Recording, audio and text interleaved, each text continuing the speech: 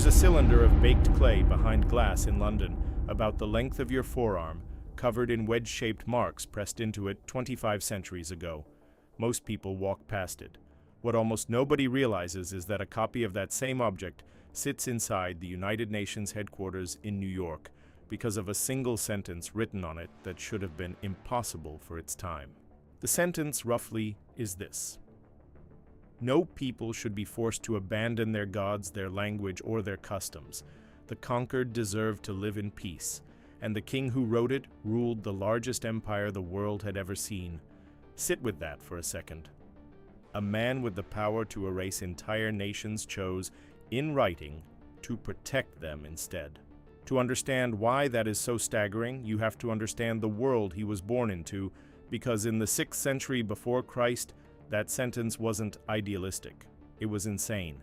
It contradicted everything power meant, and the man who wrote it came from a people nobody expected anything from, in a corner of the map that looked like the last place an empire would ever rise. Picture the land that is Iran today, but roll it back roughly 2,600 years. No unity, no single crown. Just a broken landscape of mountains and deserts where scattered tribes and small kingdoms clawed at each other over water, grazing land, and survival. It was a place of scarcity and grudges, and nothing about it suggested that the center of the world was about to shift there. Two peoples in that landscape matter for this story. In the northwest, the Medes had built a respectable kingdom, organized and feared. Further south, in a region they called Persis, which is the modern province of Fars, lived a related people called the Persians. Proud, warlike, stubborn, and at that moment completely beneath the Medes, paying them tribute and taking their orders. That's the detail worth holding on to. The Persians weren't rulers yet. They were subjects. They bowed to a stronger neighbor, handed over their taxes, and waited. If you had traveled through that region back then and someone told you these tribute payers would soon govern 3 continents, you would have laughed. And yet the man who would make it happen was already there. But before we reach him, you need to feel what kind of world he was stepping into, because otherwise what he does next just sounds like good manners. It wasn't good manners. It was a rupture. In that century, empires didn't negotiate, they terrorized. And the memory of that terror was so deep it had its own names, its own ghosts, its own scars. Say the word Assyria in the ancient Near East and people flinched for generations. The Assyrians had turned cruelty into policy, a machine of flayed cities and mass punishment designed to make resistance unthinkable. Long after their power faded, the sheer dread they'd stamped into the region still lingered. That was the standard the world had learned to expect from anyone who conquered. Babylon carried the same logic. It crushed its enemies and did something even colder. It uprooted entire populations, marched them far from home, and scattered them on purpose, deliberately dissolving who they were so they could never rebel as a people again. Erasing a nation's identity wasn't cruelty for its own sake, it was strategy. It worked. Everyone did it. The Medes themselves had helped tear down Nineveh, the Assyrian capital, with a ferocity that left the ancient world stunned. So this was the rulebook. You conquer, you destroy, you humiliate, you drag the survivors away in chains. It wasn't seen as evil, it was seen as normal. It was the only way anyone had ever known to hold power over other people. And then, out of the least likely people in that landscape, came a man who read the rulebook and quietly decided to write a different one. His name was Cyrus. He climbed onto the throne of Persis around the year 559 before Christ, young and sharp, carrying an instinct about power that his contemporaries genuinely couldn't decode. Here's what made him strange to everyone around him. To Cyrus, ruling didn't mean destroying, it meant absorbing. He didn't crush the people he beat. He turned them into partners. He didn't burn the cultures he took. He kept them, protected them, and sometimes even paid to preserve them. In a world built on terror, that wasn't just unusual, it was almost unrecognizable. If that sounds exaggerated, hold your skepticism, because you're about to watch him prove it 3 times over, each time with a bigger prize and a bigger temptation to be cruel. But it started with a gamble so reckless that plenty of people at the time saw it as slow-motion suicide. Cyrus, the small king of a subject people, decided to rise against his own overlords, the Medes. On paper, it was madness. The Medes were stronger, more numerous, and backed by other regional powers. Cyrus commanded a modest kingdom that had spent generations taking orders from exactly the enemy he was now challenging. Every rational bet said he would be crushed within a season, another forgotten rebel swallowed by a larger power, and then the war did something nobody had planned for. Midway through the campaign, the Median army switched sides. They abandoned their own king and walked over to Cyrus. Their ruler, Astyages, was apparently so arrogant that he had alienated his own generals, and now that arrogance came due. He suddenly found himself with no army and no crown, betrayed not by Cyrus's brilliance alone, but by his own commander's contempt. Quick pause, because this is exactly the kind of story this channel exists to reconstruct. The version school never bothered to tell you. If you're finding this as gripping as I do, subscribe right here, because this is precisely the kind of history we rebuild from the ground up all the way through. Now back to what Cyrus did with a fallen king in his hands. In 550 before Christ, Cyrus took Ecbatana, the Median capital, and here's where the pattern shows its face for the first time. He didn't level the city.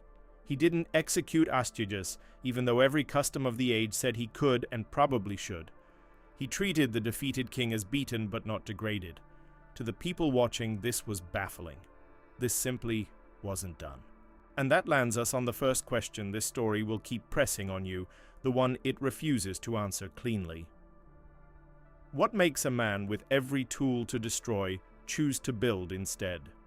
Was it cold political calculation? Was it genuine conviction about how people should be treated? Or was it something history still hasn't figured out how to file? Keep that open. It only gets sharper. Because after the Medes came the Lydians, and their king was a legend of wealth. Croesus ruled Lydia in what is now Turkey, and he was one of the richest men the ancient world ever produced. You've probably heard the phrase rich, as Croesus, without knowing it, points at an actual person. Lydia was among the first places on earth to mint coins, and Croesus had piled up a fortune that dwarfed everyone around him. Before marching against Persia, Croesus did what powerful men did back then. He consulted the famous oracle at Delphi. The oracle told him that if he crossed the Halys River to attack Cyrus, he would destroy a great empire. Croesus heard exactly what he wanted to hear, a promise of victory, and rode to war. The oracle, it turned out, had been precise. The great empire he destroyed was his own. The campaign against Lydia was fast and decisive. Around 547 before Christ, Cyrus defeated Croesus at Sardis, and here comes one of those details the history books mention in passing, while completely missing how much it rewires the whole picture. According to the Greek chronicles, Croesus was captured and placed on a pyre to be burned alive. And then Cyrus stopped it. More than that, Cyrus didn't just spare the richest man in the world, he kept him close, as an advisor, for years afterward. Think about what that means. A defeated, humiliated king, stripped of everything, ends up sitting beside the ruler who crushed him, counseling him. Nowhere else on the map at that moment in history did conquest end like this. Everywhere else, it ended with a corpse. So the pattern is now unmistakable. Medes, spared. Lydians, spared and promoted. Twice Cyrus held absolute power over a beaten enemy, and twice he chose the option no one else in his world would have considered. But the true test, the one that would echo for thousands of years and land him in a holy book, was still ahead. It had a name that meant the center of everything: Babylon. Babylon was 1,700 years old, the most imposing city in the ancient world, a place that felt less like a capital and more like a statement about what humanity could build. Its walls, according to Herodotus, were so wide that 2 chariots could pass each other driving along the top. Hanging gardens, the tower that reached for the sky, astronomy, literature, medicine, all concentrated in one place. This was the beating heart of the known world, and in 539 before Christ, Cyrus took it. What happened next left the people of the age completely disoriented, because it violated every expectation of what a conqueror does when he seizes the greatest prize on earth. There was no sack, no massacre, no burning of temples. The city that everyone assumed would be looted was simply, almost gently, absorbed. Cyrus walked into Babylon not as a destroyer, but as a liberator, and he understood something about legitimacy that his rivals never grasped. He paid public respect to Marduk, the supreme Babylonian god, bowing before the city's own faith instead of trampling it, He announced that the gods of Babylon would not be touched, and then he did something with no precedent anywhere in ancient history. He freed every people the Babylonians had deported and held captive. Every uprooted nation that had been dragged there to be dissolved, he let go home. And among them was a group whose gratitude would carry his name into Scripture and keep it alive for 2.5 millennia. The Jews who had spent decades in what they called the Babylonian captivity, aching for Jerusalem. Cyrus released them. He gave back the sacred objects the Babylonians had looted from the Temple of Solomon. He funded the rebuilding of that temple. And then he walked away, asking for no conversion, no worship, no submission of their God to his. To a people who had prayed for years for exactly this and had every reason to expect it would never come, a foreign king simply made it real. The weight of that act shows up in an astonishing place. In the book of Isaiah, in the Bible, Cyrus is called the Anointed of God, the Messiah. He is the only foreign ruler in the entire biblical narrative given that title. Read it slowly. A Persian king who did not worship the God of Israel is named a divine instrument by the Hebrew prophets themselves. That does not happen by accident. It happened because Cyrus had done the one thing no conqueror before him had done. He treated a conquered people as human beings with a dignity of their own, worth protecting rather than crushing. And there is a physical record of the philosophy behind it, an object you can still go and stand in front of today, which brings us back to that cylinder of clay from the very beginning. The Cyrus cylinder, discovered in the ruins of Babylon in the 19th century, contains the official declaration of his policy of rule. Some historians call it the first declaration of human rights in history. Others push back hard, arguing that the label drapes a modern idea over an ancient object that never meant it that way, and they have a real point worth taking seriously. But here is what nobody can argue away. That text, pressed into clay in the 6th century before Christ, proclaims religious freedom, respect for local customs, and an end to the forced enslavement of conquered peoples. Whatever you want to call it, whatever motive you assign, those words existed in that century from the ruler of the largest state on earth. And that alone should stop you cold. Which drops us back onto the question this story cannot resolve for you, only sharpen. Was Cyrus a brilliant political mind who calculated that ruling with mercy was simply more efficient than ruling with terror? Or was there something deeper, a real conviction about human dignity that set him apart from every contemporary he ever met? Honestly, we don't have the answer, and that gap is part of why he still fascinates. More than 2,500 years after his death, historians, philosophers, and political leaders are still arguing over what was actually going on inside that man, and his ending, fittingly, refuses to give the neat, heroic finish you'd expect. Cyrus died in 530 before Christ, not in a palace, but out on campaign in the northeast, fighting a nomadic people of Central Asia called the Massagetae. The accounts of his death don't agree, and the most honest thing is to admit the record is murky. Herodotus tells a version that is almost unbearable in its symbolism. The queen of the Massagetae, a woman named Thamyris, had lost her son to a trap set by the Persians. She led her people against Cyrus's army, broke it, and then went searching the battlefield for his body among the dead. When she found him, the legend says, she plunged his head into a skin filled with blood and spoke words that have echoed ever since. "Drink your fill of blood," she told the corpse, since it was the one thing you could never get enough of. It might be legend, it might be history, but this much is certain. Cyrus fell in battle, and what he left behind was the largest empire the world had yet seen. And now the story stops being about one man and becomes about a machine, because what his successors inherited was genuinely unprecedented. A single state stretching from the Indus River in the east to the shores of the Mediterranean in the west, from the Caucasus Mountains in the north down to Nubia in the south, 3 continents held together not by fear alone but by administration. Here is a piece of that machine you touch more often than you think. The Persians built a network of roads and a courier system so efficient that the Greeks described it with open admiration. Neither snow nor rain nor heat nor darkness stays these messengers from the swift completion of their appointed rounds. If that phrasing sounds oddly familiar, there's a reason, and it's a strange one.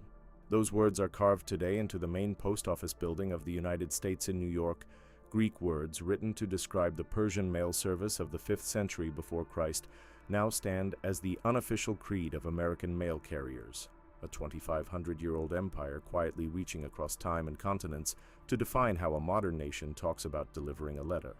The empire kept expanding under Cyrus's heirs. His son Cambyses consolidated the conquest of Egypt in 525 before Christ, becoming pharaoh himself and folding the entire valley of the Nile into an already colossal body of territory. But it was the next great king who took this sprawling collection of conquered lands and turned it into an administrative machine of a sophistication the ancient world had simply never seen before.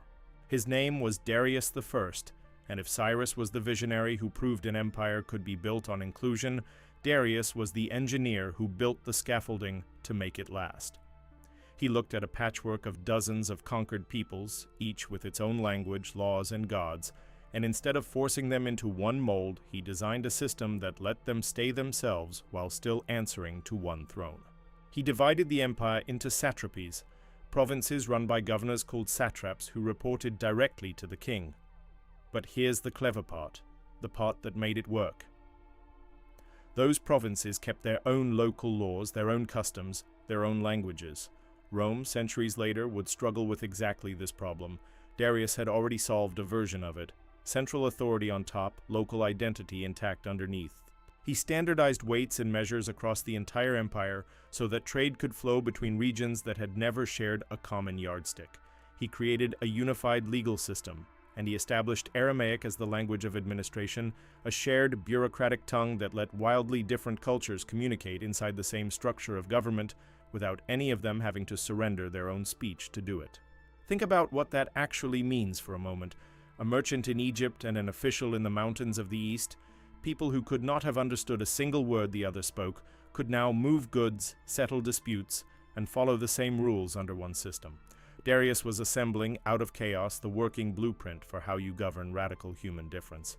And most of us have never even heard his name.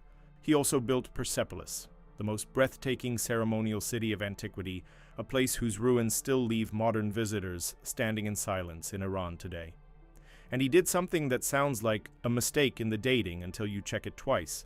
He connected the Nile to the Red Sea with a canal, a forerunner of the Suez Canal, roughly 2,500 years before 19th century engineers reimagined the very same idea.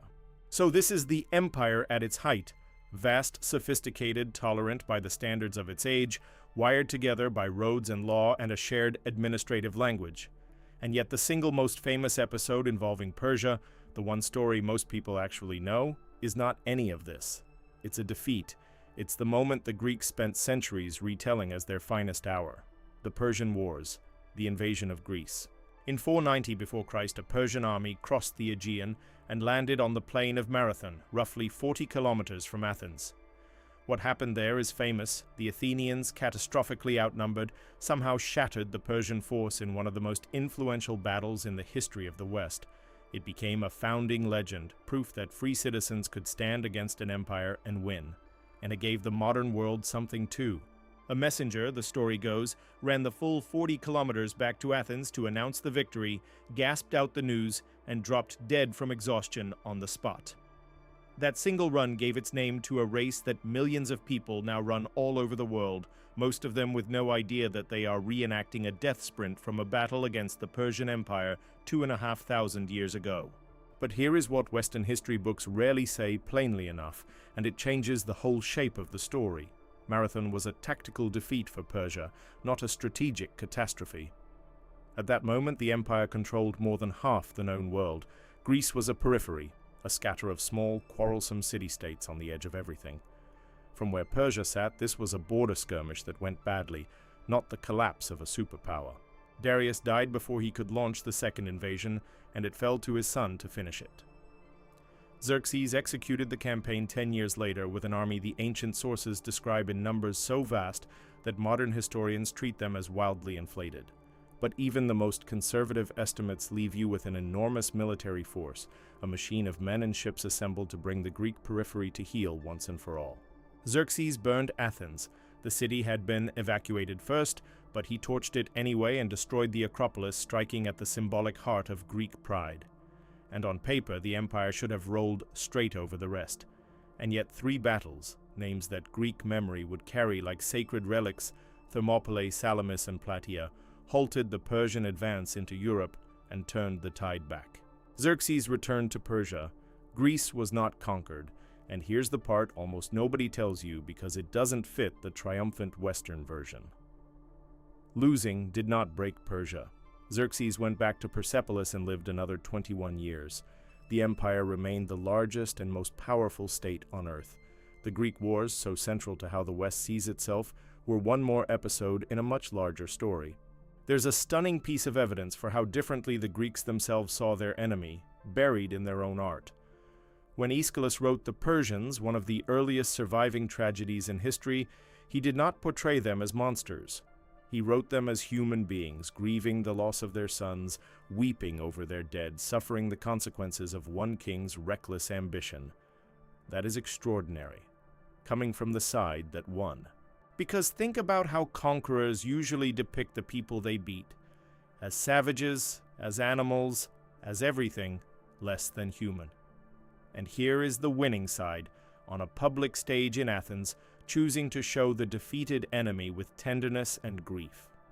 That impulse to see the humanity in the other is the same instinct Cyrus had written into clay decades earlier.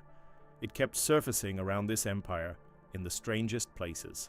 The Persian Empire lasted, in total, more than 200 years, from Cyrus all the way to the conquest of Alexander the Great in 330 before Christ. And when Alexander finally reached Persepolis, that breathtaking ceremonial city, that jewel of the ancient world, he burned it to the ground. The fire that consumed it became one of the most debated acts of his entire campaign, and nobody is fully sure why he did it. Some historians argue it was calculated revenge for the burning of Athens, a symbolic closing of the circle almost 2 centuries later.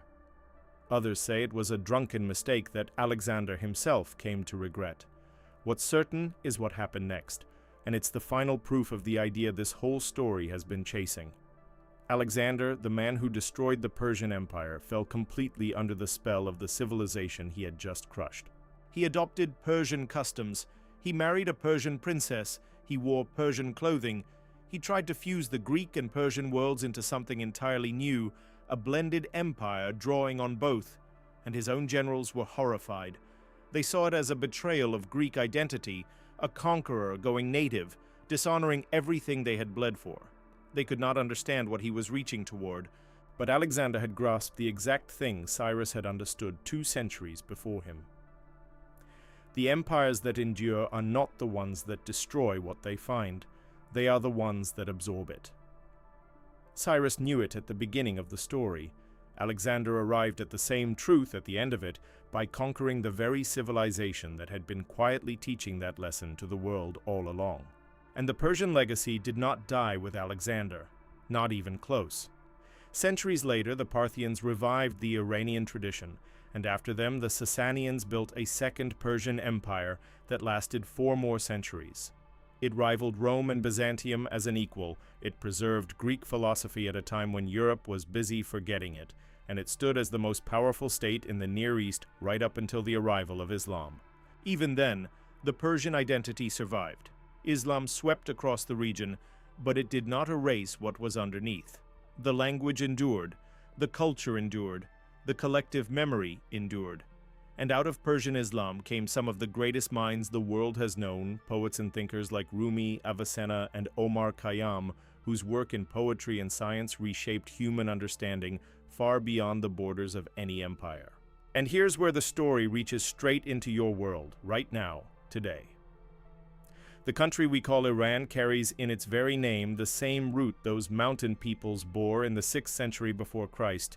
Iran means land of the Aryans, of the Iranian peoples, that same stock that emerged from a rugged corner of the map and built the first serious attempt to govern human diversity with something resembling respect. Sit with the scale of that. A name born from a scattered, tribute-paying people 2,600 years ago is still the name of a nation of tens of millions today, with all its modern complexity and contradiction. Empires rise and vanish and leave nothing but rubble. This one left rubble too, but it also left a word, a bloodline of identity that simply refused to be dissolved by anyone who came after.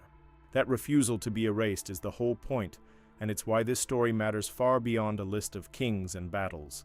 The Persians were, at one time, the ones threatened with dissolution, subjects of a stronger power, and they became the people who built an entire philosophy of not doing that to others. They took the very thing that had almost consumed them and chose, at the height of their power, to reject it. Now I want to hand you back the one detail that I think captures all of this better than any analysis I could give you, and it's where we began. Go to the British Museum in London and you will find a glass case. Inside that case sits a cylinder of clay about 23 centimeters long, covered in cuneiform script. It is the Cyrus cylinder. It is 2,560 years old. And on that cylinder, a king who governed the largest empire of his time wrote that no people should be forced to give up their gods, their language, or their customs. That the inhabitants of conquered lands deserved to live in peace. That he, the king, was there to protect them, not to dominate them, not to rule over them as property, but to shelter them as people with lives of their own. I don't know if he lived up to it every single time. I doubt any ruler could. I don't know if it was cold political calculation or genuine conviction, and I've been honest with you throughout that nobody does. But I know this much with certainty. No one before him had ever written those words down, and I know that same text still travels the world today, as a replica, inside the headquarters of the United Nations in New York. It sits there as a symbol of what humanity aspires to be when it manages to behave better than its darkest instincts. A clay object from the 6th century before Christ, standing in a modern hall built to prevent the very atrocities that were the norm in Cyrus's age. The distance between that ancient battlefield world and that quiet glass case is the distance civilization has spent 25 centuries trying to travel. So let me leave you with the question one more time, because I don't think it's meant to be closed. What makes a man with absolute power to destroy choose to protect instead?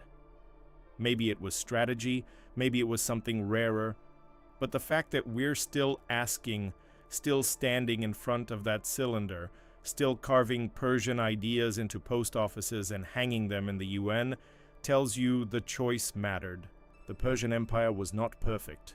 No empire is, and it would be a lie to pretend otherwise. It conquered.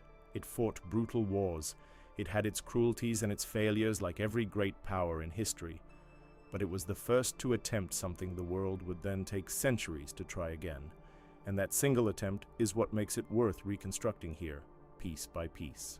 It was the first empire to try to govern difference without destroying it, to hold griefs and gods and languages that had nothing in common inside one structure and let them remain what they were.